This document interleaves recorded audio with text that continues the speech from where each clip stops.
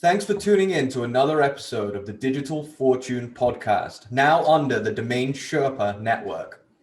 Jen Sale, CEO of the high-end domain brokerage Evergreen.com, will be my guest for today's show.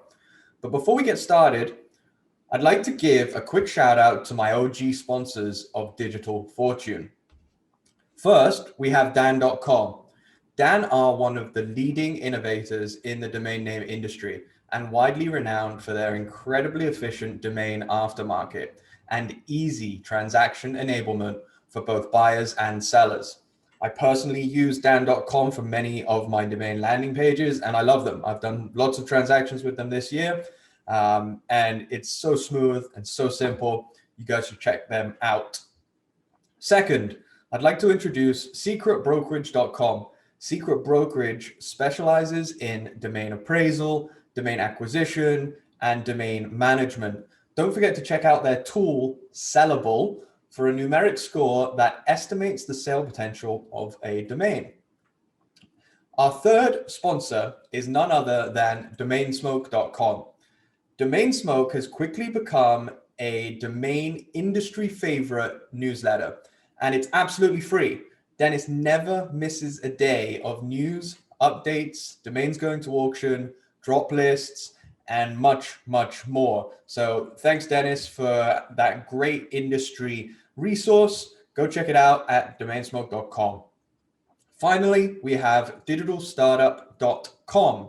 Digital Startup is a premium domain boutique featuring valuable domains like digitalinvestment.com and short premium domains like nbd.com. If you want a full list, go over to digitalstartup.com and check it out.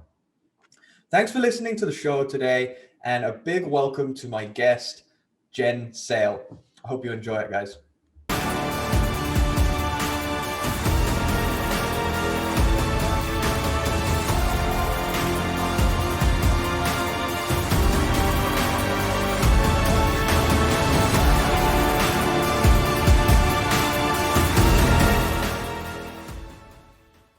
Hey, Jen, how you doing?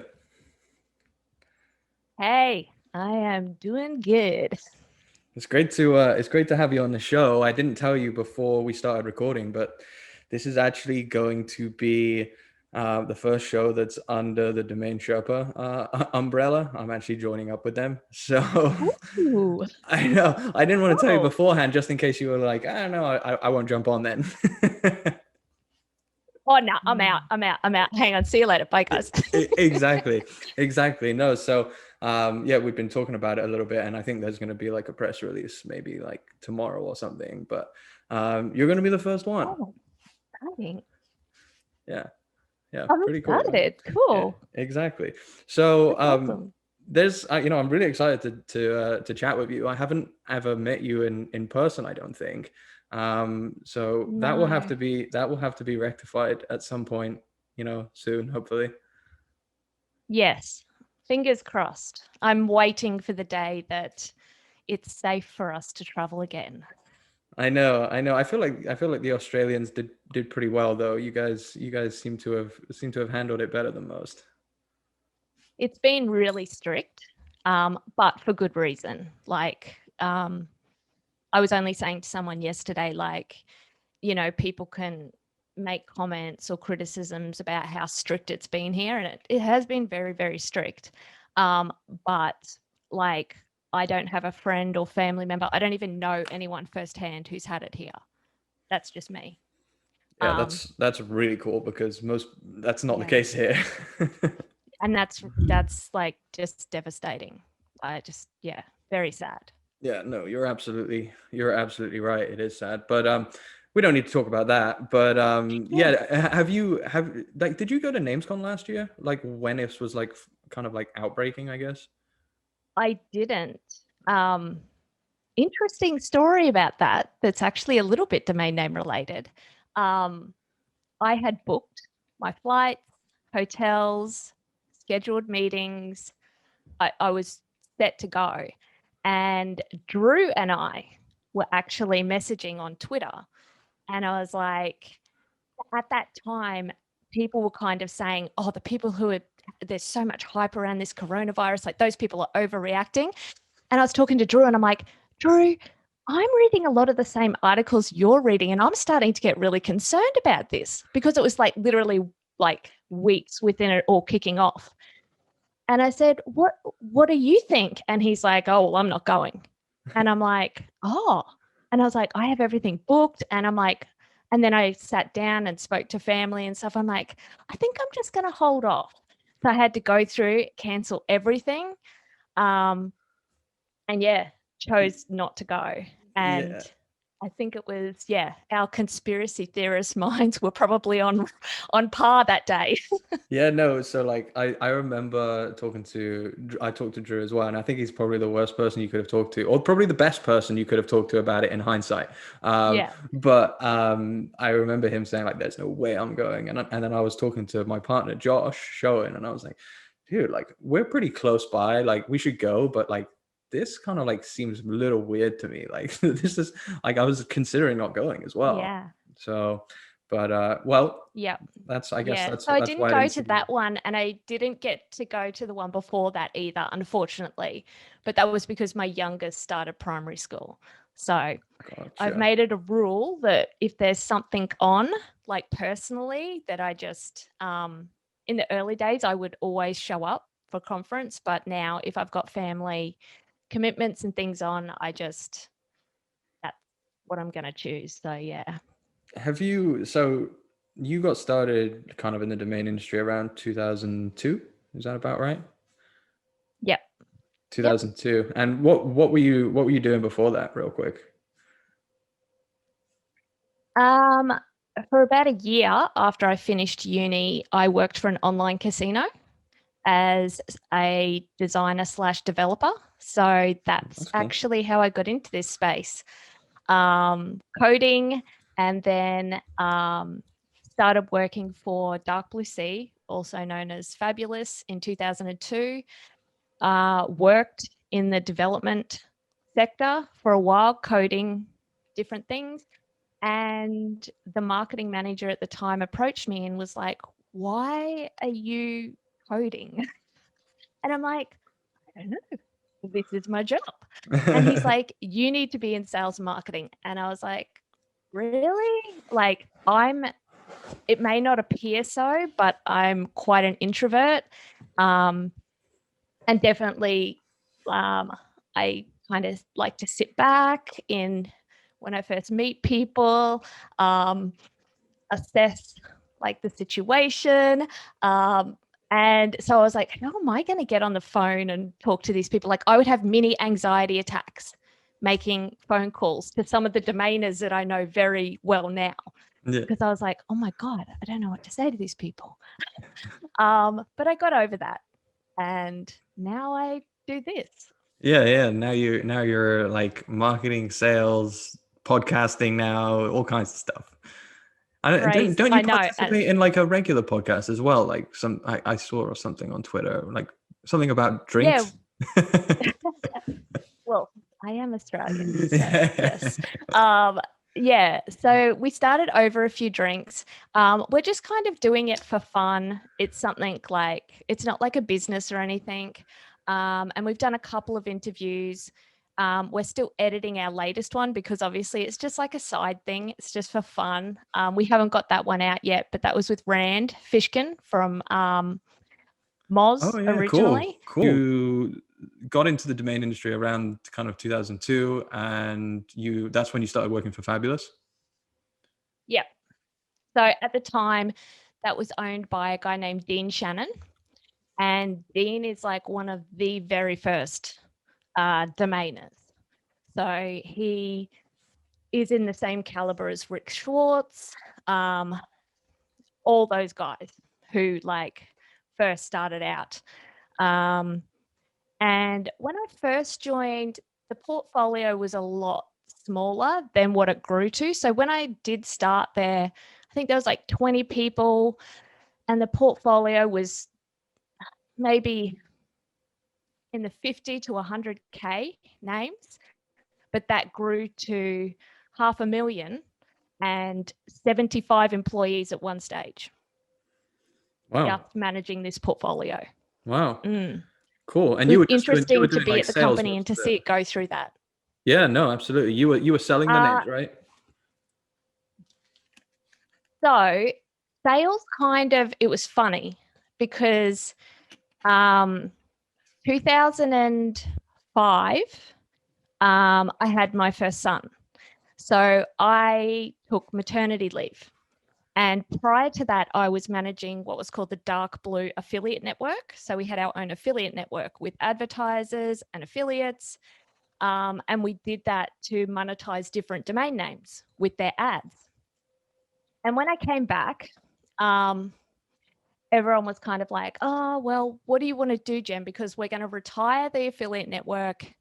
Like, what would you be interested in doing? I'm like, so I've come back. I have no job. And I'm like, I don't know. Well, what is there to do? And my manager at the time was like, oh, well, no one's really like, we're starting to sell some names through Cedo and Afternic. No one's really looking after that. Do you want to look after that? Like it was just like this, like no one's doing it. You can do the crappy job. Yeah. I'm like, okay, I'll do it.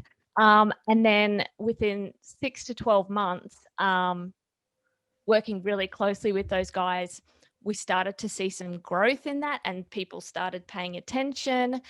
Then our tech team developed what was called the DDN API, so that we could start automating like these transfers and everything coming through these third parties. And I would sit there and manually process them on the other side. And then we started striking out partnerships with GoDaddy, Network Solutions, Register.com was separate at the time, a bunch of the European registrars, and we started getting traffic and sales from those guys. And within, I don't know, it probably was like a couple of years, the sales revenue took over the parking revenue. And we went from a parking company to a domain name sale company. Yeah. Which was interesting because no one wanted to do that job when I came back from maternity leave. Yeah. Yeah. There you go. I mean, that's how the industry evolved, right? I mean, it was everything. Everyone was really focused on just like parking and monetizing domains as opposed to selling them. And then suddenly, you got to pivot, and there's been plenty of pivoting since. I know. I mean, sales is still the primary. Is still the primary way that you monetize your domain. But I mean, the type of domains that are valuable now are not necessarily the same domains that were valuable, 10, even 5-10 years ago, because a lot of people were going for like exact match type names as opposed to brands, right? So everything, it's constantly evolving. Anyway, so did you go from, obviously at some point you and Adam must have struck up quite the relationship, since you're obviously now partners. Did you go from Fabulous to Evergreen? So I started working with Adam as soon as I left Dark Blue Sea, but we started a company called Domain Guardians. And the idea behind Domain Guardians was to create a service called Domain Legacy. And it was so that domain name investors with really valuable portfolios, if anything happens to them, whether they become incapacitated or passed away, they would have a plan in place that would protect that portfolio and their family and any heirs to that portfolio. So we did that back in 2011. That was when I left. And we started Domain Guardians. And there was so much interest about the service, but I just don't think the industry was ready. I think we were just a little bit early because at the time, a lot of the domain name investors were a lot younger. Yeah. And so coming up with like your estate planning at that age, they were kind of like, yeah, that's a really good idea, but I don't want to think about that. Yeah. And it just kind of organically pivoted into brokerage because that's what I'd done for so long at Dark Blue Sea Fabulous. And so, we just started brokering domain names, and then, that really took off. And here we are. There you go. Yeah, exactly. So you're CEO of evergreen.com and do all of the work. That's what I've heard anyway. I mean, I think Adam is Adam's just a cheerleader, right? He does a lot. Adam is very humble and he will not admit to how much he does. But if he doesn't want to do stuff, I make him. So that's how it works. No. Yeah, no, I'm only kidding. I know Yeah. Adam does a lot. And I mean, I don't know if I mentioned it to you or I mentioned it to Adam, but your the evergreen.com landing pages, I think are like the most beautiful landing pages out there. And I know that you guys both have like a background in design, right? So like who is responsible for those beautiful landing pages? Well, I designed them in Photoshop and then we just like collaborate. So I'll come up with a design and I send it to him and I'm like, what do you like? What do you hate? And he's pretty honest. But yeah, branding and design for us, it's definitely something that brings us together because we're both like really passionate about it. We love art. And I just like the biggest thing for me is like if I'm out there selling 7-figure brand names, I want to talk the talk and walk the walk. Like if my brand's not on point and if I'm trying to sell Lamborghinis at some crappy car yard, that doesn't make sense to me. So I feel like our brand needs to reflect the types of work that we do and the clients to attract qualified clients as well for us. For sure. Well, I mean, evergreen.com is one of the most beautiful like brands ever. You guys know it as well. Like Evergreen is such a cool brand. And I mean, it's pretty cool that you use that as the way, you know, you make all these lovely sales, 7-figure sales, like you say. What about real quick before we kind of dive a little deeper into some current topics? What about Sparkly? I know that you spoke with Andrew Alleman fairly recently about it, but it's you know you recently launched that. Sparkly.com is a cool domain. Did you pluck that one from your own portfolio, or where did that one come from? I have this really nice friend named Adam Strong. Oh,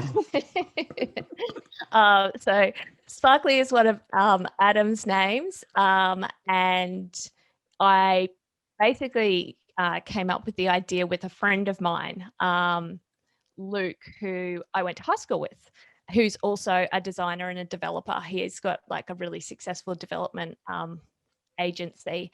And I was talking to him one day, trying to come up with gift ideas, and it was doing my head in for family for Christmas. And I was like, so I started searching. I'm just like, someone has got to have solved this. Like, why? Like, why isn't there an app where I can just say, this is all the stuff this person's interested in, like build a personality profile and then tell me what gifts match?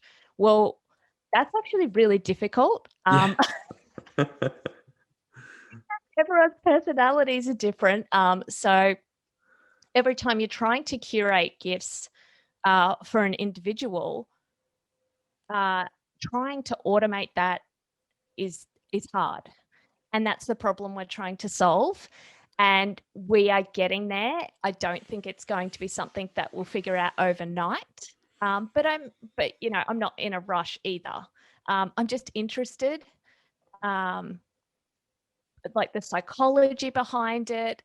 Like I've been reading a lot about personality types, and so it's totally something different to domain names. But it's also an online business, e-commerce. So, you know, that's the business we're in. Yeah, And I think it's always good to kind of get out of your comfort zone and try something different. for And sure. hey, I'm not saying we're going to solve this. I hope we do.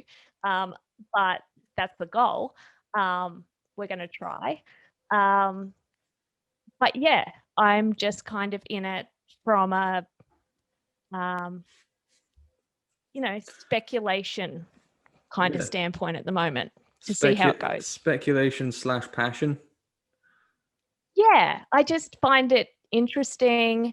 Again, loved like working on branding for Sparkly. So, and now just coming up with different things to do with like the user experience, combining that with like UI features, like deal flow, things like that. I'm just really interested in all of converting ads and click-through rates and why are people clicking on this and why are they navigating to this? I just find all of that really fascinating.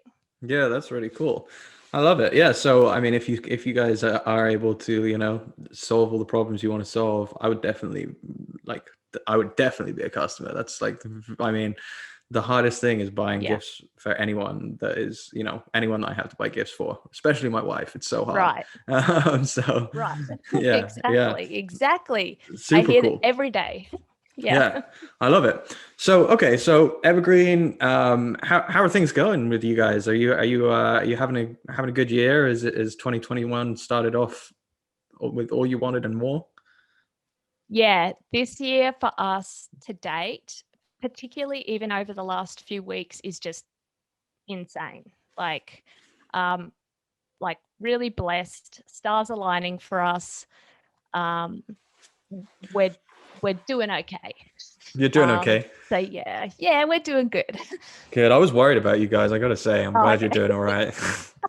um, well, that's really cool. I mean, so I know that we kind of like talked about this briefly before, but a lot of brokerages, Media Options, Evergreen, various others said that like 2017 was unbelievable for like one-word.coms, and like deals were just happening, and there was so much money floating around from Bitcoin and Ethereum because of obviously the skyrocket that happened then, that they had great years.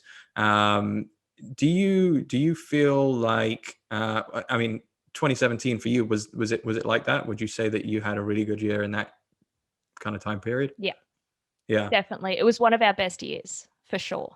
Yeah. And Um, did you sell a lot of, brands to crypto related companies? Yep, we did a lot of cryptocurrency deals with those guys. A couple of them very, very big deals that weren't published. We don't publish our sales, and I know that some people are going to get some backlash for that, but there's You're a lot good. of reasons Drew why. doesn't publish his either. So, and I get it. To be honest, there was a period of time where I was like, I wish everyone would just report more sales. I Right. wish the brokerages would report more sales, because as domain investors, we'd love to see higher reported sales.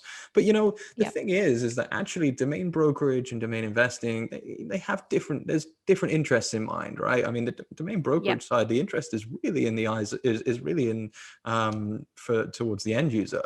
Right. So you're really representing different interests. Our worlds obviously collide in so many ways, but the interests are different in some ways. Yeah. So yeah, I mean, I kind of get it now. And then there's obviously there's various other components that we can talk about later as to why, Yep. maybe reporting sales is not such a good idea. Yeah. Yeah. But yeah, so that's cool. So then now fast forward to 2020, 2021, Yeah. I feel like the market is just like super, super hot again. Yeah.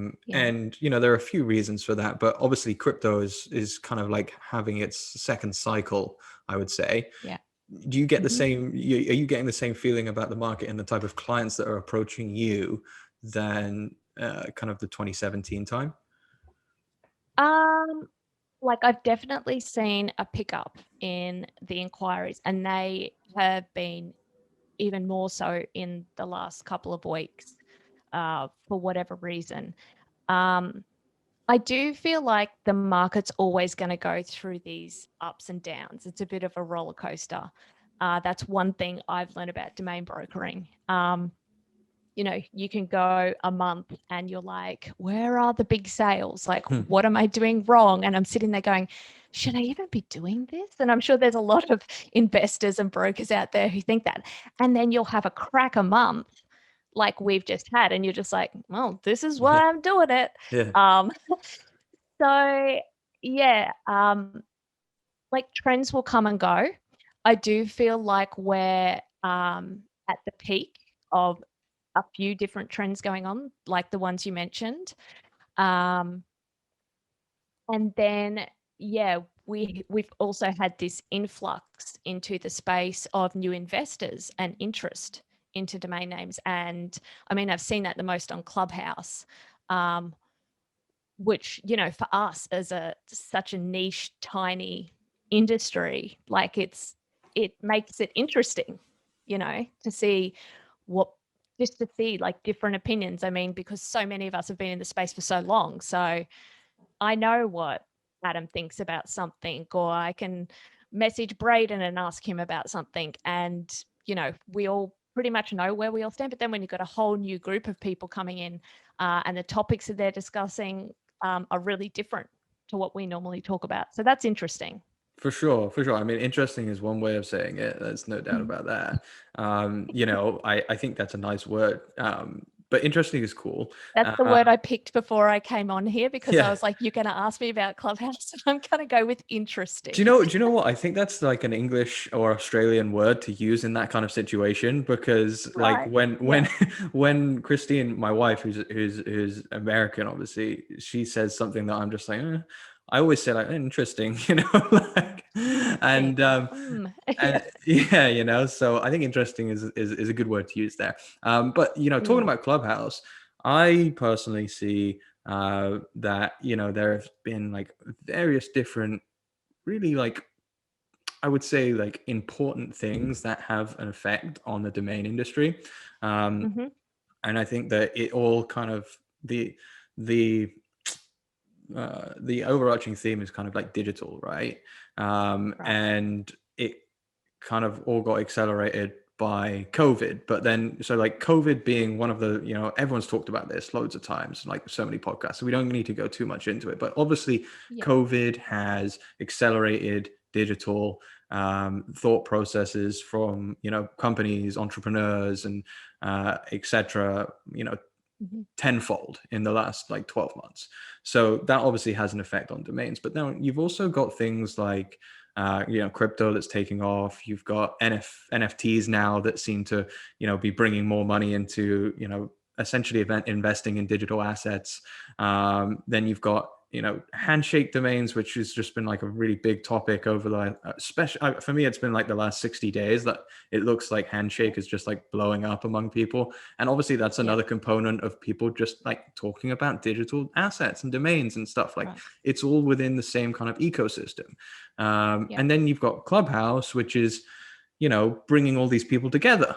Right. So then you've got all the people that are interested in crypto and all the people that are interested in NFTs and handshake and, you know, all the entrepreneurs. And now we're like able to get in one room and talk about these kind of things.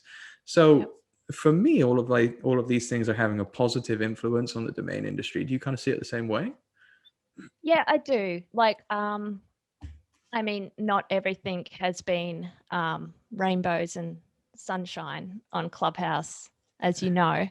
I kind of feel like platforms like Clubhouse either bring out the best in people or the worst in people. And I've been in rooms where people have been screaming at each other, arguing, and I'm like, the introvert in me is like, leave quietly, leave quietly. Why can't there be like an option that's like leave with a bang or something? I don't know. Peace out. Yeah, exactly.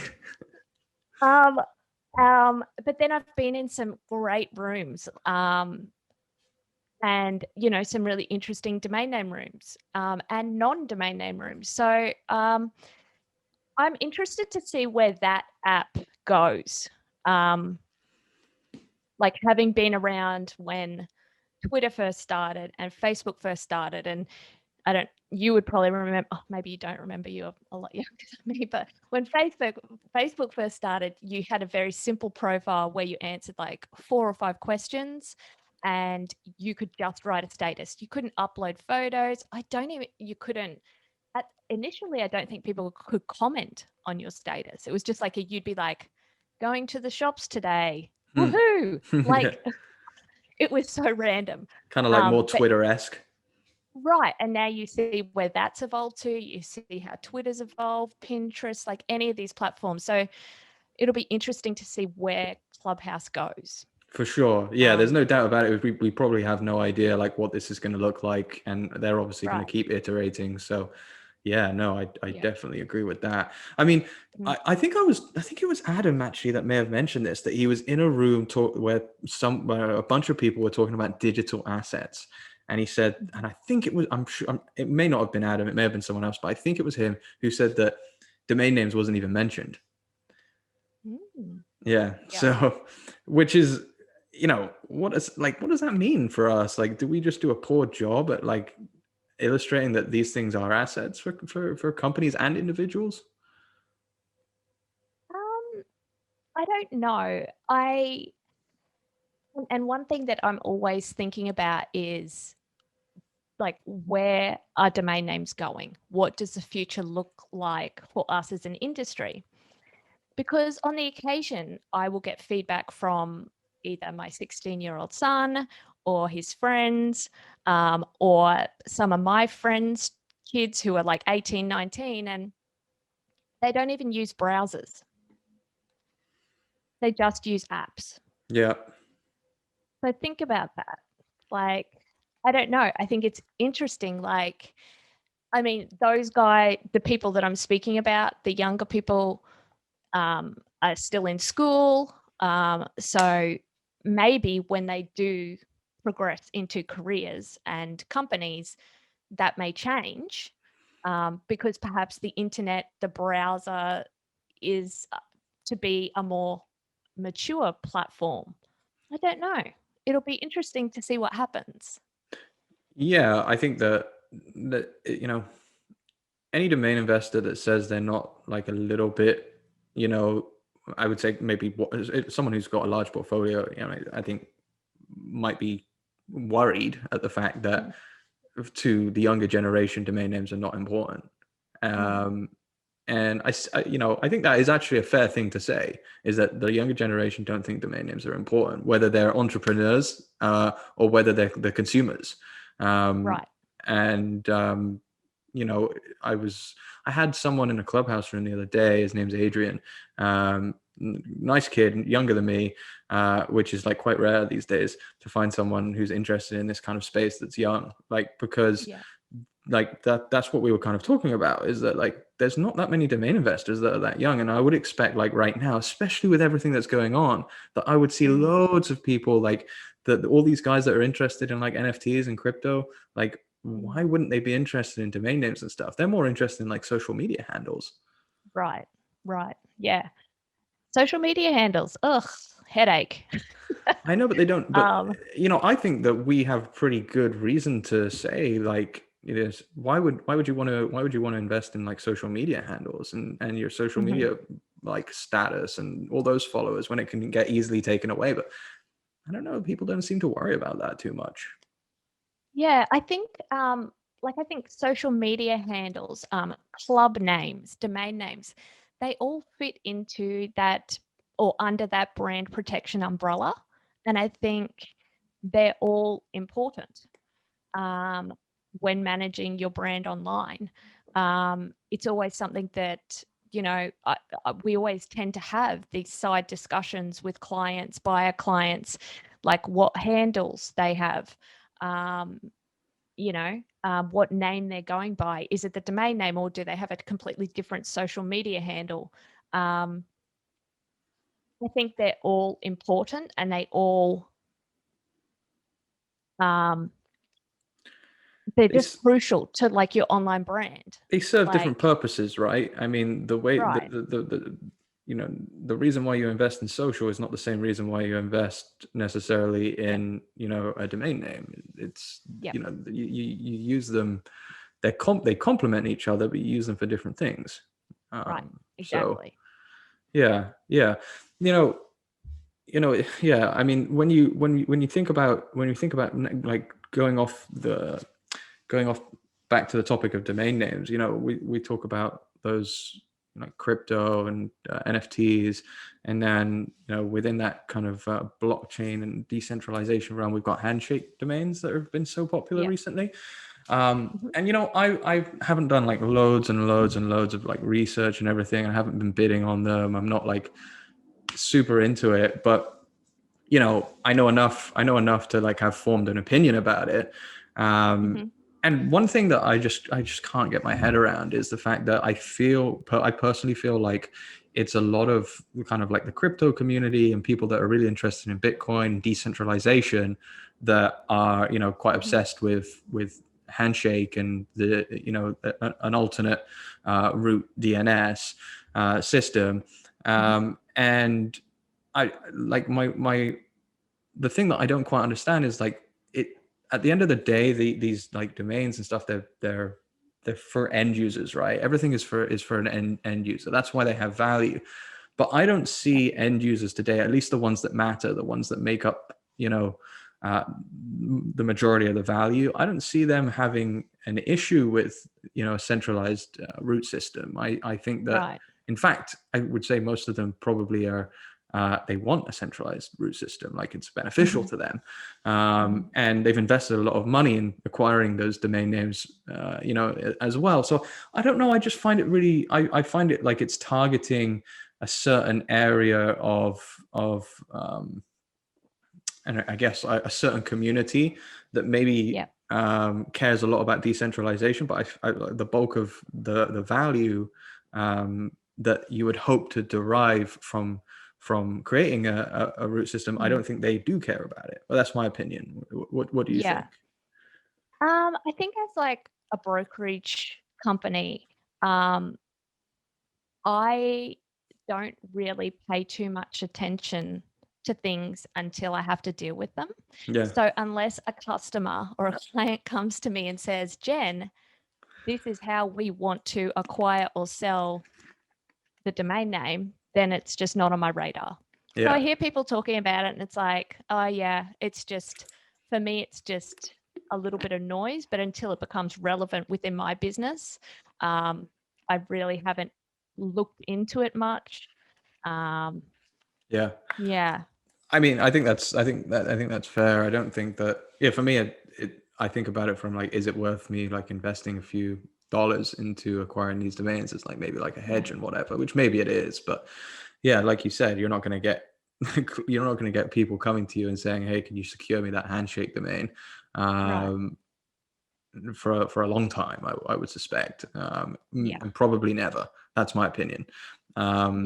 But what I can say is that it's driving up the talk around just domain names in general. Do you follow like the wholesale market much? Like I used to, like a lot more. And we do manage a couple of domain investor portfolios. One very large one and a couple of smaller ones. So I kind of like see movement within those portfolios, what they're buying, what they're selling. But most of my clients are end user. So really like, and like high value domain names. That's kind of the niche that we've decided to target. Because I don't know what that saying is verbatim, but it's like, it's better to be like excellent at just one thing than mediocre at a lot of things. So I had this discussion with Adam many years ago. I was just like, I just want to focus on this one tiny niche of domain name brokering. And that is really high value oneword.com domain names. To the point where, we get a lot of people that want to work with us, and some of them have really great twoword.com names. But, one of my friends who's been really successful in business, he always just said to me, just stick to a lane. Have one clear message, stick to a lane. I like that. And so we do that. So even for that large portfolio holder, you're not doing anything but oneword.coms in there, really?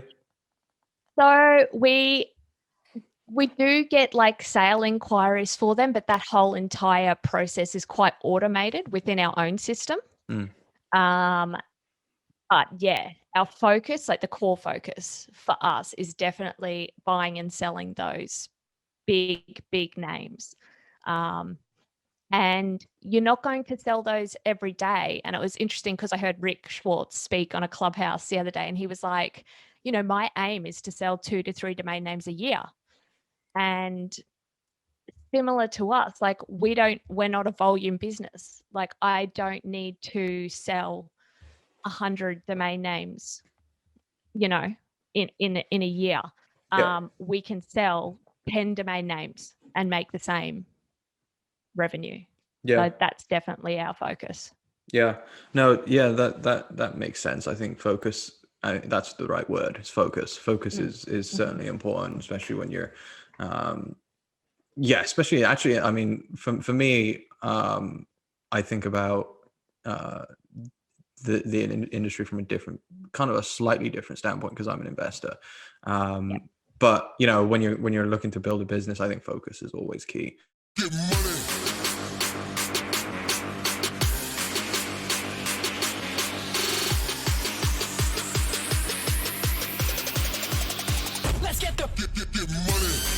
Media Options is the industry's leading domain broker specializing in domain acquisitions, high-value domain sales, and domain name consultation. As pioneers and thought leaders on the subject of the domain aftermarket and domain name value, plus through their clear domain acquisition service, Media Options offers startups and established corporations an unparalleled scope of high-value domain options, providing access to domain names and curation technologies not available elsewhere. Media Options believes in the power of a great domain name and is dedicated to helping you obtain yours. Call or email today to put a domain to work for you. Let's say like from a wholesale standpoint, like the really good oneword.coms have gone up, let's say like 5x in value over the last, let's say 2 to 3 years. Like it's literally it's literally gone up that, like I would say like 3 to 5x. Would you say that it's similar on the, like from the retail standpoint? Would you say prices have gone up in the same trajectory?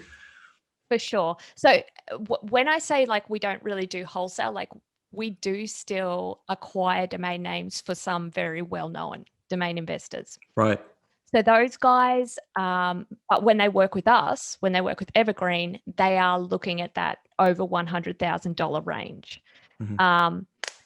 And I can even tell you, like 12 months ago, the handful of investors that I work with to help them acquire names, we were chasing oneword.com names in the 5 figures, so mid to high 5s. And we were getting a few. The good names, you can't do that now. It's that 100 to 150 is wholesale for a oneword.com. Maybe even up to 200, 250, like for a really good one. But a part of that discussion that I have with them, because we usually then represent them on the sell side as well, is what do we, Evergreen, based on the data that we have, think we can flip that domain for them. So that discussion always happens. And I mean, thankfully we work with really smart investors who invest in really good names that are typically quite easy to then sell to end users. Are you doing a lot of outbound as well, or are you mostly kind of? I know that you've provided quite a few cool little nuggets on Twitter and stuff, and also a little bit of comedy, which is always good as well. I love a little bit of Jen Sale comedy here and there. So you do outbound as well, right? Yeah, and outbound is hard. Yeah, and definitely. it's I've been doing it a long time, and I can tell you right now, like when I take on a name for outbound, I want to be sure that I can sell it, because else it's a lot of time, resources, and money just flushed down the drain if I can't move that name within my exclusivity period. So we're super selective of the names, and we actually have one that we are doing at the moment, a very big name that I can't mention, but it's a big name. Oh no! What about the buyer? no, I can't mention this one, but we will spend, for example, to give you an idea of like how much time goes into this, on a big name, we'll spend anywhere from 3 to 4 weeks just building a list. And building a list is not just going, oh, here's a bunch of companies that sell cat food, so Yeah. I'm going to hit up everybody that sells cat food. No. Let's say cat food is priced at $5 million. No, but I'm just saying, let's say. You also have to then like research the companies that you're hitting up. You want to know that they're in a position to potentially buy it. Do they have the money to buy it? Who are the people in charge over there? What are their recent business activities? What are they, like, this is how far we delve down. We will even like research into co-founders, like, you know, what they're invested in, what they do, just to figure out, like, is this person the best buyer for this name? And that really, they become qualified prospective buyers then. That's, you've got to qualify these people before you reach out, or else you're just wasting your time. And I was guilty of that in the early days. I was like, more is better. I'll email everyone. But it's not the case. That's not how you sell the really high value names. So one, it's like building that really qualified list. And then you have to know how to pitch. Yeah. And a really great book that Adam gave to me many years ago was called Pitch Anything. And it's got some great nuggets in there. Nice. So I definitely recommend that book for people in sales, for people doing outbound domain name sales. Like, you'll read that and you'll take a lot away from it. That's cool. So like, how early in the process after you've built your list do you try and get on the phone with a prospect? The first thing that I do, when I like to do what I call soft touch at the beginning. So a soft touch for me is reaching out via email.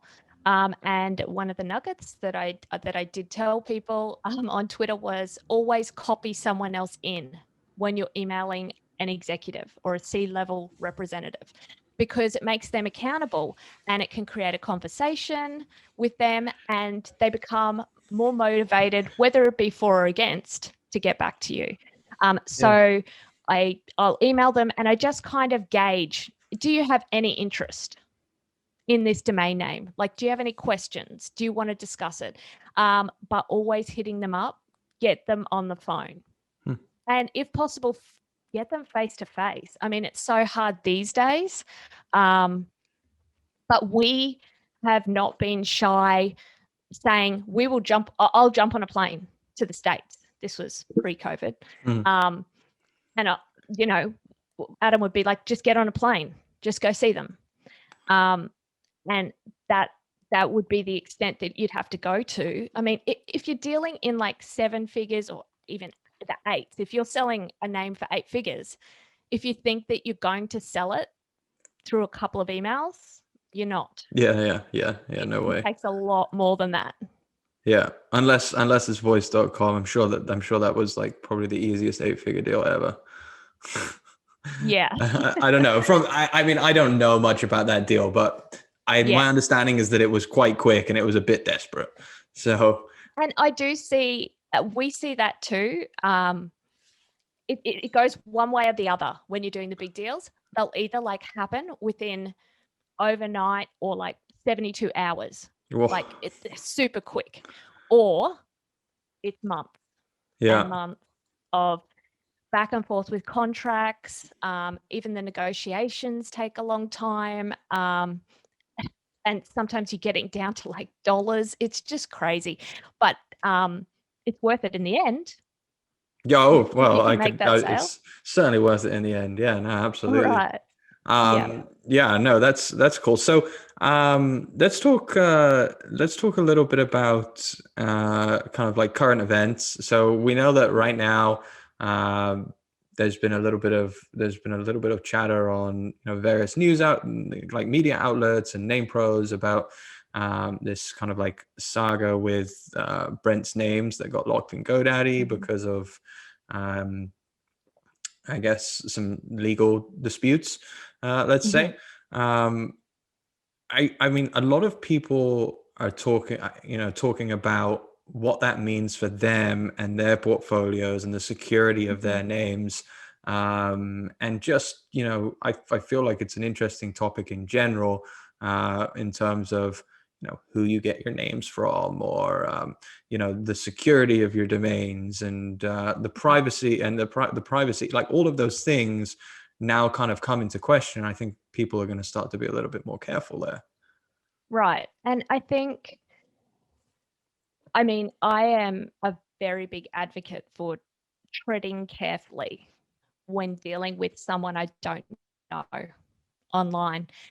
And I haven't read all the transcripts. So, and nor am I close enough to Brent to have discussed it with him. So I don't really want to make a comment on his particular situation. But the first thing that I thought was, what is his relationship to this person? Like, how were they connected? And it may be out there. I don't know. I haven't read into it enough. But it's for me, when I'm dealing with people on like bigger deals, it's always people I know, or I can look up someone's track record and I can see what they've done. I mean, I've gotten so many clients purely based on my LinkedIn recommendations, because people can go and see if I am truthful about what I'm telling them. And it's not me just saying, yes, I can do this and I can do that. They can go and see that a third party has backed me up. But I just think it's really, it's an awful situation to be in. And I feel for Brent, like, I know that if that was Adam happening, we would be freaking out. So I can imagine he's doing the same. Yeah, I mean, for me, I'm like, I think that one of the things that I think about immediately is like Brent, obviously, in terms of the specifics of what's going on there, I don't, I don't know enough about it. I don't really want to comment on it, but the overarching theme of it is like Brent, Brent's names are very famous, and what by famous, everybody knows what he acquires. Every time he acquires a name, it goes in domaininvesting.com or domainnamewire.com, and it's, written about all these high value names. He's got this website, with it literally says, I own hundreds of millions of dollars worth of domains. It's like, does that make you a target? Yeah, it does. Right. 100%. And going back to why we don't publish any of our sales or business activities, it's not just because our clients appreciate that. And the clients, the types of companies and people that we deal with, they don't want their business dealings out in public. And so that's a big driver. But the other driver for us is security, personally for us. And, there's a lot of people out there, particularly online, that will want to take advantage of people. There's dangerous people out there. There's a reason why I don't have Facebook, Instagram, WhatsApp anymore.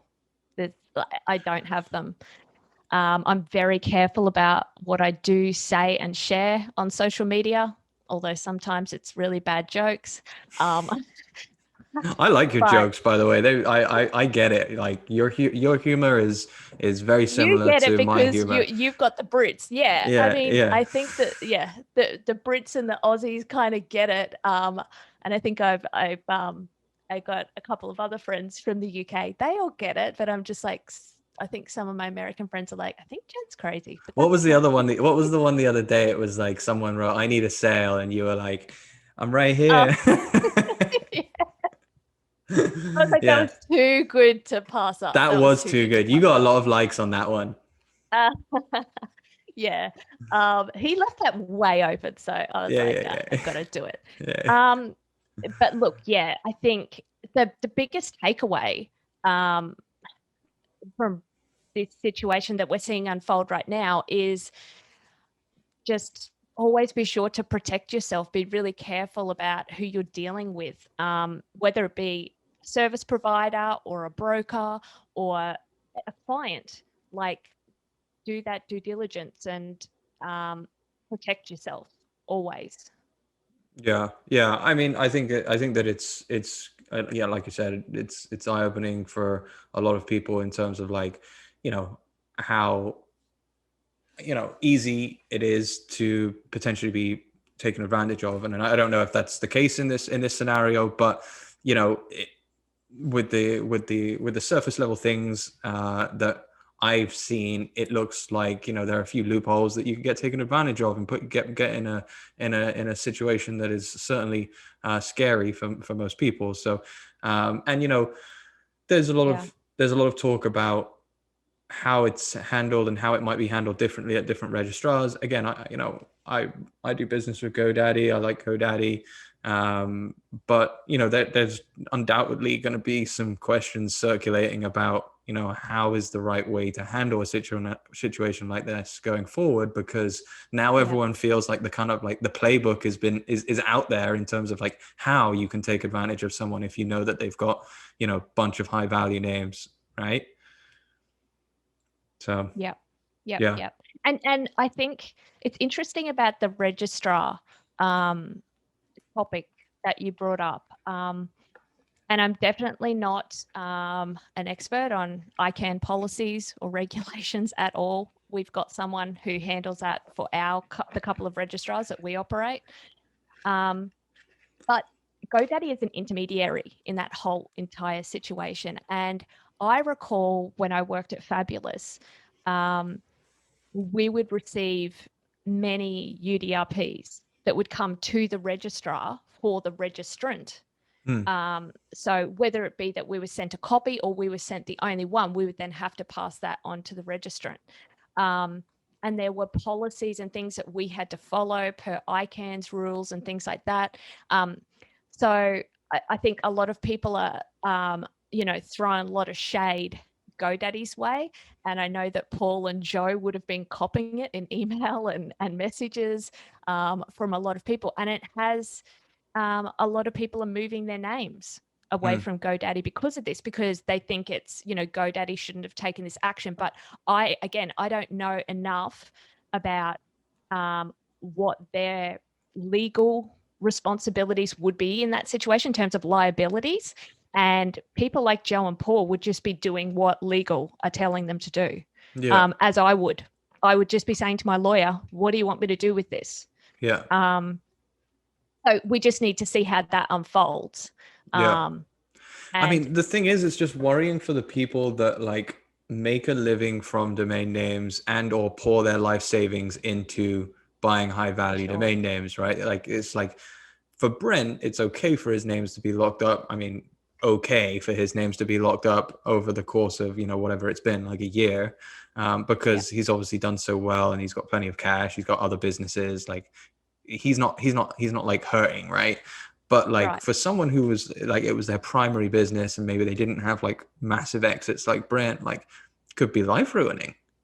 Right. Exactly. And that's scary I think it, even like I said, I'm sure that Brent would be similar to any of the other larger investors. If this happened to them, they'd all be stressing out about it. And on the other side of the coin, I've no doubt the guys over at GoDaddy would be scrambling to figure out what is going on, because Brent would be one of their highest, or was one of their highest profile portfolios. Yeah. So I just don't see any winners in that whole situation, sadly. Yeah, well, I mean, I think that one thing that we know for sure is that cybersecurity in general is going to be a big theme for the future. Yeah, that's for sure, because the more time that people are spending online, the more time that we talk about digital this and digital that, it all what that means is that security and cybersecurity is going to be the next, if it wasn't a big thing already, it's going to be even bigger. For sure. There's no avoiding it, because it's what people are concerned with now, because all of their interest is tied up in the digital cyber world. So That's right. That's right. And I think like one of those really big ones for me is data privacy, in terms of your personal data and who is collecting that and how they're using it. Are they selling it? Are they paying you for your data? Because I know that if I had to submit a form to a company that was asking me a survey, they would pay me for that. yeah. But are they? No, they're not. So what do you get in return? You get to use these platforms. So, and where do they actually make their money? Not from the platform or the advertising. It's from selling your data, which Yeah. to me is just like, a lot of people don't, like end users, my family and friends, when I talk to them about this, like their mind is blown because they don't understand the landscape in the way that we do. And I think there's going to be some really big changes to come in terms of cybersecurity, data privacy, protecting yourself online. And I think it has to happen sooner rather than later, for sure.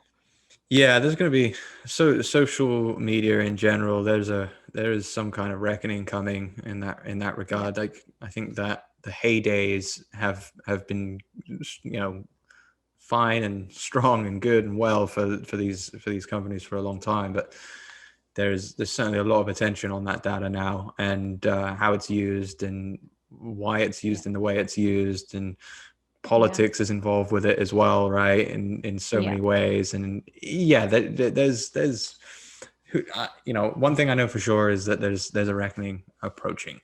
For sure. So I mean, it's interesting stuff. But yeah, I mean, we've been chatting for a little bit. I want to just circle back a little bit to the domain market. What do you think for 2021? I mean, we've started off strong. There's been a big injection of stimulus into the US economy, which is, I would say the biggest market for domain names. And that comes with big loans, forgivable loans to companies that take on a lot of cash, and then don't have to pay it back. There's a lot of money floating around, right? And I think that benefits the domain industry, and it benefited the domain industry in 2020. Does it carry over into 2021? Does it keep going? I think so. Like just from what I'm seeing at the moment, I think it's going to be a really strong year, and that may flow into 2022, hopefully as well. And then it might quieten down a bit, and then we'll see new trends again coming and different things happening, and possibly within like 2 to 3 years when international travel hopefully is back. Then I think when that happens, we will see another big peak as well in our space as people get out there and they can travel internationally, they can have these face-to-face meetings. So I reckon, we will keep going strong this year for sure. Yeah, I mean, it's cycles, right? I mean, there's always cycles, no matter which way you spin it. And I mean, I think people have been saying it for a little while now, but it feels like we're at the top of our, we're at least approaching the top of this cycle at the moment. In various different markets. And I think that the domain market did very, very well in 2020 when others maybe haven't done so well. But I think digital business in general did well, right? I mean, like all of the top, Facebooks, the Googles, the Apples, they all did great. It was kind of like the more brick and mortar type stuff that suffered, which was kind of just an acceleration of what was going to happen anyway. I don't want to sound like I don't know, rude, but the fact of the matter is that it kind of, all it did is forced out the businesses that were going to go under anyway, in my view, and then accelerated the businesses that were on the right track for the way the world is changing. So, I agree with you. I think that the domain market in 2021 is going to be pretty hot, and yeah, it's a lot of fun working in this space. So maybe by 2022 though, you'll have solved the issue of gifting people presents, and you won't need to worry about the domain market anymore, because you'll be super famous for like solving the most complex problem on earth. Oh man, it's a tough one. I'm gonna try. It really is. It really. I honestly, thinking about it, like if you could solve that, it would be like crazy cool, right? I mean, you would be so famous.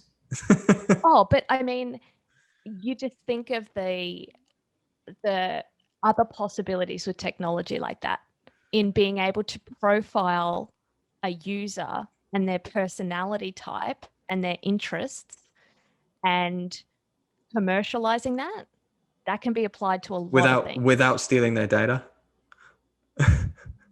Well, no, I don't steal data. No, I'm saying like without stealing their data, right? Like for you, exactly. it's like you input this and then we realize this, exactly. And then you input that and we realize that. Well, like I'm sure like Facebook right now could tell you what kind of gifts you like, you know. Well, Facebook's probably listening into our call right now. Yeah, right. It's probably an old cookie that I didn't find sitting there on my browser. Exactly. I know for sure that like some of these social media people, like they know exactly what I would like for Christmas before, you know, my wife does. It's just like, actually, to be fair, I don't really know what I would like, but if I did know what I would like, they would know as well. Right. They tell you what you'd like. Yeah, but that's actually more like it. They tell me what I would like. It's even worse. Yeah. Yeah, exactly. Well. Yeah, cool. Well, I enjoyed this conversation. I think that, you know, we can wrap it up. I don't want to take up too much of your time. Yep. What was, you know, before we finish, was there anything that you wanted to mention? Was there anything that you wanted to promote? What's going on? Really? I mean, we're always on the lookout for like short, I like positive connotation or category oneword.coms. I even reached out to you the other day. I've got a couple of buyers with pretty healthy budgets. They're okay. So yeah, but I mean, I did post on Twitter a while ago, is my domain name oneword.com? And it's a very simple diagram with yes and no. So if you're going to send me any domain names based on this, please go and find my Twitter diagram. And if you end up at no, then I'm not the broker for you. Okay. There might be others out there. So zoommeeting.com is not, you're not looking for one like that, right? That one doesn't fit. Got it. No, okay. No. All right. I think that most people will not understand what you mean by oneword.com, Jen, to be honest. I think that's going to fly over a few people's head, but we'll see.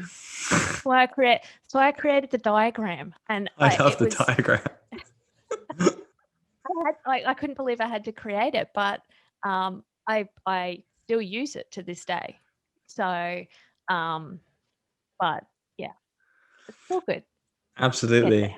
Yeah, we'll get there. I mean, for sure. Yeah, no, I really appreciate you chatting with me and being the first person that I talked to under the DomainSherpa Network. So how exciting. I know, it's pretty cool, right? I mean, now I get to maybe hang out with JT and Drew a little bit more.